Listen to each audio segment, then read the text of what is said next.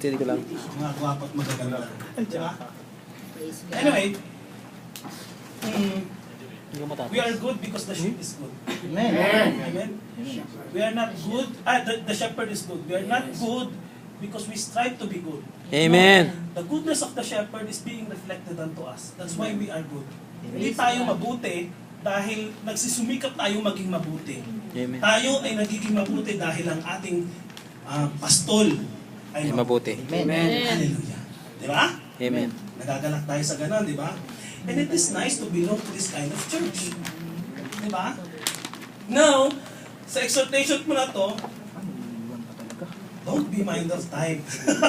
Huwag po tayo maging conscious na yun. Bakasyon naman kayo, di ba? Amen. 10 days ang bakasyon. Sino? Ang may 10 days? Amen. 10 days up. Nasa kamay. Amen pa rin. 10 days up. 10 days up. Amen pa rin. 5 to 10. Yung bakasyon. Taas ang kamay. Wala, mga konti. Oh, yung 1 hanggang 5. Amen. Amen. Hallelujah. Isa ako. Isa rin ako. At yung wala. Hallelujah. Kambal. Hallelujah. In Acts chapter 13. Meron ba rito? Acts chapter 13, verse 38. In Acts chapter 13, doon po nakasulat kung saan si Pablo ay nangaral sa mga taga-Antioch. Kung saan ang mga Pariseyo, yung mga leaders, yung rulers ng synagogue, ay nangaral, sabi doon, about the law and about, saan yan? About the law and the prophets, sa chapter 15. And after reading of the law, sabing ganon, and the prophets, the rulers of the synagogue sent unto them, saying, "Ye men," nakalaman, kumbaga sa bagong tayo, "You men," sabihin ni Pablo, "You men and brethren, if ye have any word of exhortation for the people, say on." Sabi ng mga rulers doon sa sinagoga kay Pablo, kung meron kang sasabihin para i-encourage yung mga tao, sabihin mo na. Ang tawag sa kanila, Yemen.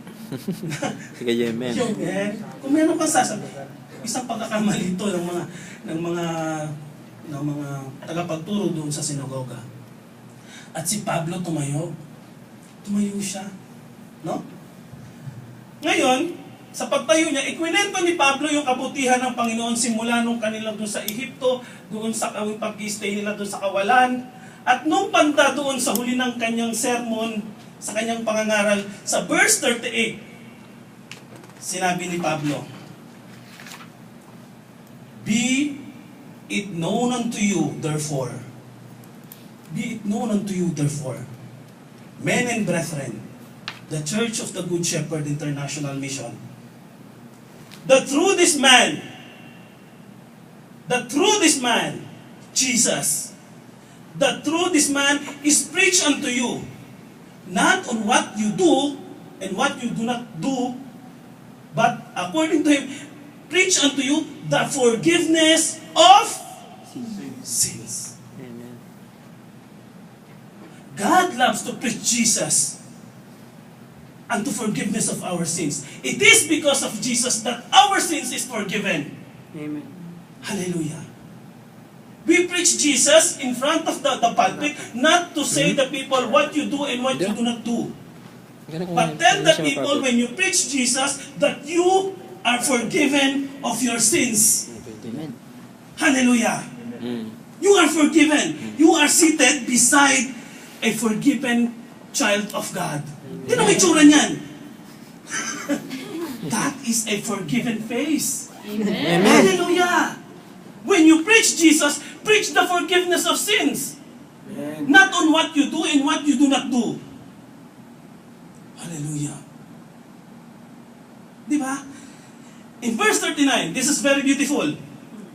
And by Him, Jesus, all, not some, all that believe are justified from all things, not from little things or for some things, but from all things, Amen.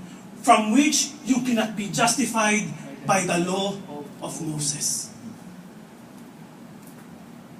justified. In Romans 5, verse 1, it is written, therefore, being justified by faith, we have now peace with God. Hallelujah! You have peace with God. Why? Because you are justified. You have been forgiven. Justified is the word na seldom nating marinig, bihira nating marinig. Why? Because naririnig lang natin to sa hukuman. Pag sinabing justified, tayo ay nahatulan na. Pero hindi ka hinatulan para ikaw ay parusahan. Ikaw ay hinatulan upang ikaw ay lumaya. Hallelujah! Amen. Sa sulat kay John, kay Peter, at kay Pablo, sinasabi na in Him is no sin. He did no sin. He knew no sin. Jesus, walang kasalanan. Yet doon sa krus na pako, ikaw na makasalanan, hindi ka napako. Tinanggap ng ating Panginoon ang kasalanan mo, kaya siya napako.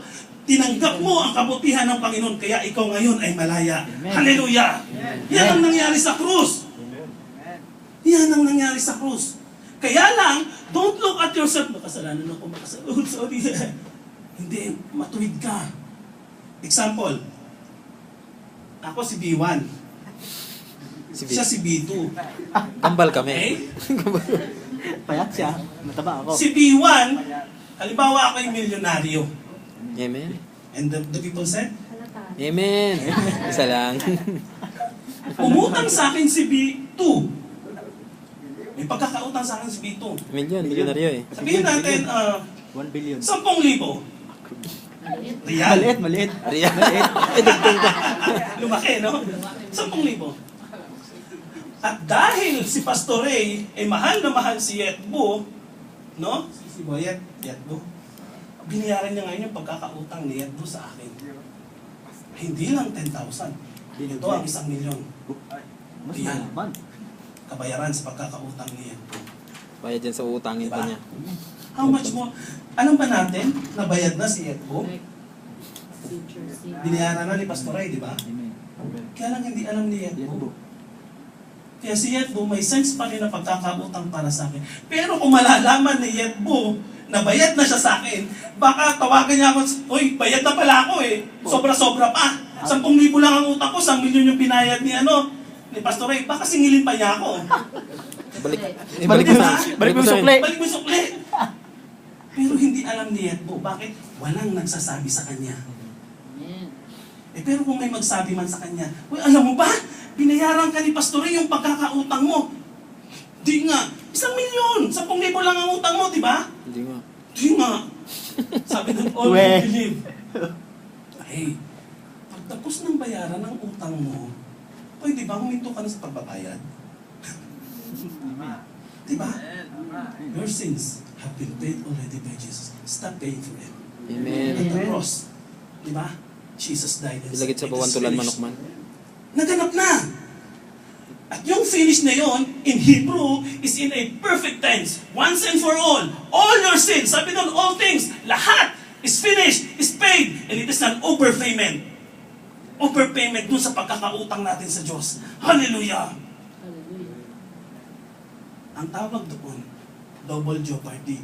Hindi ka na pwedeng parusahan sa isang kasalanan na pinagbayaran na. Kaya pag ikaw ay malaya na, ubarin mo na yung damit na may letter P. Nakalabas ka na pero ang damit Priso. mo pa rin letter P. Priso na pa rin. orange. Priso pa rin. Ang sinuot mo ngayon. Pinoy. No? Hallelujah. Now, sabi doon, sa Romans 5 verse 2, now you have now access in the grace where you stand. Now you are standing because you have been justified. You are now standing where? In the grace of God. You have now the full access. Sa kwarto ni Pastor Joe, sino ba ang may access doon? Siya lang. But now, since you are justified, before we are enemy of God, now, hindi na, we are friends. Now, we have now access to enter into the holy hope of holies. Right? We have been justified by the blood of Jesus. Hallelujah. In the night of the Passover, doon sa Egypt, regardless kung anong klase ang tao na nandoon sa loob ng kwarto, but when I see the blood, sabi doon, I I'll pass over you. Regardless kung anong klaseng tao yung nandun sa loob. It is not because of you. It is because of the blood. Amen. Hallelujah! I will pass over you. It is not because of His goodness. It is because of His goodness. It is not because of your faithfulness, because of His faithfulness. Hallelujah! Hindi siya kaputing Diyos. Don't strive now. Enjoy in His finished work. Mabuti siyang Diyos. Namatay siya para sa iyo. Minsang nag-aalay yung mga... Ngayon, Eid, di ba? Eid nung nila. Eid nila. Nila. Tayo rin, Eid natin. Di ba? Yung trabaho. Sabi nila ngayon daw, pinanood ko dun sa sa YouTube, kung anong ibig sabihin. Ngayon daw, nagpapatay sila nung Mga... Tupa. kambing o gano'n. Hey, yung tupa natin namatay na. Nabuhay na maguling. Bakit siya nabuhay? Maganda yun dati. He's alive! Nagpapakanta si Brother Chris dati. Yung He's alive. Sandali, anong ibig sabihin ng He's alive? Sabi doon, for the wages of sin is death. Jesus died. His resurrection is our receipt that all the debt has been paid. Hallelujah. Jesus cannot resurrect if single sin ay hindi pa nababayaran. But Jesus resurrect. Ibig sabihin, bayad ang lahat ng kasalanan natin. Amen. Hallelujah. He's alive. Now we have the reason to rejoice when we hear God is alive. Why? Because that is my receipt that I have been paid already. Amen. Hallelujah. Don't feel free. Pag may nagsabi sa inyo, makasalanan ka, no. I am righteous by the blood of Jesus. Amen. Now it will give you more confident to come always to the church and listen of the good news. Amen. Pangarap, nung unang attend ko dun sa anniversary ng The Good Shepherd, sabi ni Pastor Joe, The Good Shepherd International Mission will conquer Tabuk. Amen. Diba, Amen. Pastor? Amen. But when we preach grace, ito yung nangyari dun. When we preach Jesus, the forgiveness of sin, sabi nun, next Sabbath day, came almost the whole city together to hear the Word of God. People will knock at the door of this church. Papasukin nyo kami. We want to hear the Word of God. We want to hear about Jesus. We want to hear about good news. Hallelujah! Amen. Diba? You don't need the No. Souls will knock at the door of this church. Gusto naming marinig yung mabuting balita. Hallelujah! Amen. Amen. Gusto naming marinig. Buksan nyo kami, pagbuksan nyo kami. Why? Because of the forgiveness of sins that being preached through Jesus Christ. Amen. For the wages of sin is death. Jesus died. And He resurrected. Your debt has been paid. Amen. Kalas. Don't now pray, oh Lord, patawad. Hey, pinatawad ka na nga. Tagal na. Sabi mo, Lord, salamat sa kapatawaran mo. Hallelujah. Amen. Tagal ka ng pinatawad. It is an insult. Okay? It is an insult for the payment and for the payee kung hindi mo in-appreciate yun. If you strive na patawarin mo ako, patawarin. Hey, iniinsulto ni Boyet si Pastor kung patuloy pa rin siyang nagbabayad sa akin. Parang hindi mo siya nire-record. Wala kang pinagkaiba doon sa Pampanga na, sorry sa mga Kapampanga, na nagpapapako pa rin. You are insulting the payment, which is Tapos na Jesus Himself. Tapos na. Stop paying. Stop paying. Hallelujah. Si Brad Kundo. Kulo Diba? kalas. Blessed? Taga Pampanga pa. Ayan yung mahaba, no? Diba, Kaya po. Now start living. Start living of Christian naman being yan eh. Hindi forgiven. naman yan naniniwala. Amen, church? Amen. Amen. To God will be the glory. Sakto lang. Wag, continue mo lang. Tapos na yan. Sunod siya.